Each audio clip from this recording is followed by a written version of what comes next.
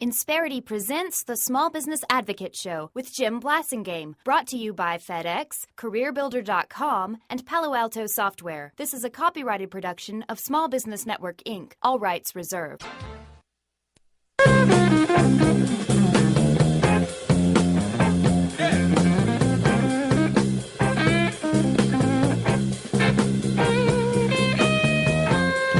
Welcome back. 17 till, a little Texas blues bringing us back there. I'm Jim Blasingame. Please check out my website, smallbusinessadvocate.com. Lots of stuff there that will help you with your small business, whether you want to read or listen or watch. We got all that there, anywhere from 5 seconds to 8 minutes, anywhere in between on any topic under the small business sun. That's a almost 15-year-old website that we update. We've improved it over the years quite a bit, and we update it every day.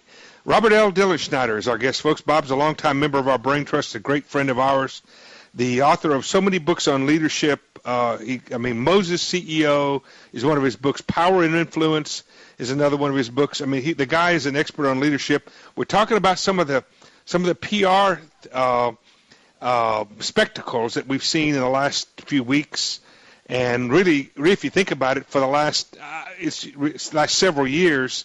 Bob, one of the things when I see people handling tough PR situations badly, the thing that I notice is a complete lack of any concept of leadership. What do you think? No question about it. Right now we have in the U.S. government Obama exerting executive privilege over documents that covered the selling of arms to Mexicans. Now, this is a big issue. If Obama came out and said, look, I want to make everything public, there are some warts to it, we got to get it behind us because these things were done, that would be a lot smarter. Right now what he's doing is he's hiding it, and it's going to be a serious problem. Well, and so what you think he should have done was to tell, you think he should have told his attorney general to release the documents? Transparency, total transparency. There should be no secrets. All right, but the problem is, as you know, with these kinds of things, regardless of who the president is, by the time it gets to the president, somebody's already denied that they have the stuff. So that you have to have up and down throughout your organization the same kind of attitude. Small business people understand this. Your listeners understand this. You have to have the same kind of attitude. We're going to be transparent. We're going to be honest. We're not going to let mistakes overcome us. We're going to do the right thing. We're going to have a sense of pride. Those things are very, very important. Obama does not have that in the U.S. government right now. Well, to be completely fair, Bob, that kind of leadership you just described doesn't exist in Washington. No, it does not exist in Washington. It's not just Obama. It's not just Obama. It's not. You're right. It's the Attorney General. It's a lot of different places. And if we have a change in November to Romney, it's going to be up to Romney to bring into the government the same kind of people Reagan brought in, the same kind of people even Bill Clinton had brought in. Mm-hmm. Lyndon Johnson, Reagan, Bill Clinton, they brought top people in. Obama has not. We need to get better people in government.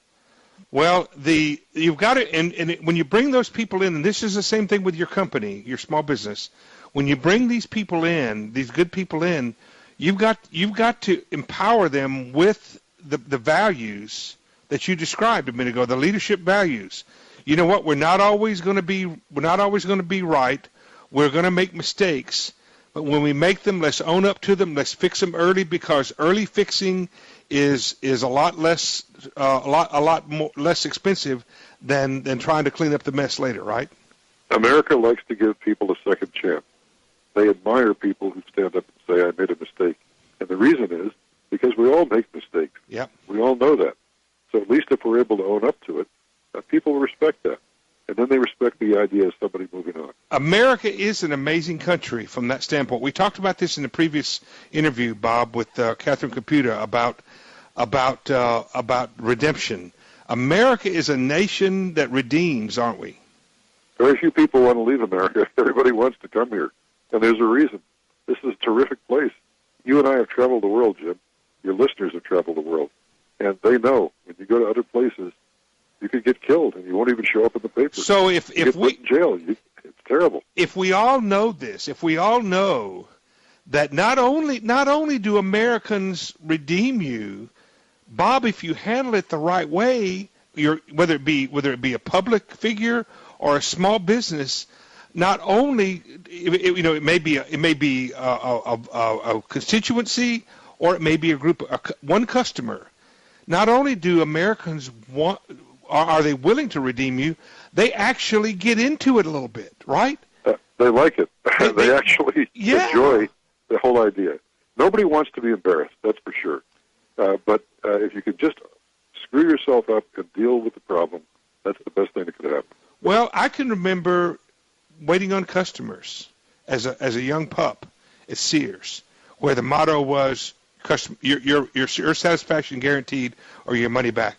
And people would bring me something, and I knew it was their fault. I knew that wasn't the product's fault. I knew we didn't do anything wrong, but they'd bring it to me, and they'd say, I don't like this. I want it back. It's broke. What are you going to do about it? And they were mad. And I I said, what would you like for me to do? That you got it correct. There you go. That's and right. They would, so then they would drop their shields, and they say, well, I'd like to have it replaced. I'd say, okay, you want the same color, or would you like a new color? You're going to do that? You're going to do that for me, sir? We're going to fix this. We're going to make you happy. Really? Now the shields are completely down. They walk out of the building and they tell everybody about it. Jim, when we advised Texas Utilities many years ago in Dallas, we used to say, answer the phone, can I help you? It made a huge difference. Yeah. It's amazing how far that goes. Dilenschneidergroup.com, Bob, is that right? Yes, it is. Right. Dilenschneidergroup.com. I'm Jim Blasingame, the Small Business Advocate. We'll talk some more about leadership with one of the great experts on leadership, our good friend Bob Dilenschneider. Robert L. Dilenschneider is the name on the book, the AMA Handbook of Public Relations, also Power and Influence, The Rules of Change, also Moses CEO. You're starting to get the picture. The guy knows what he's talking about. 10 till. Stay with us.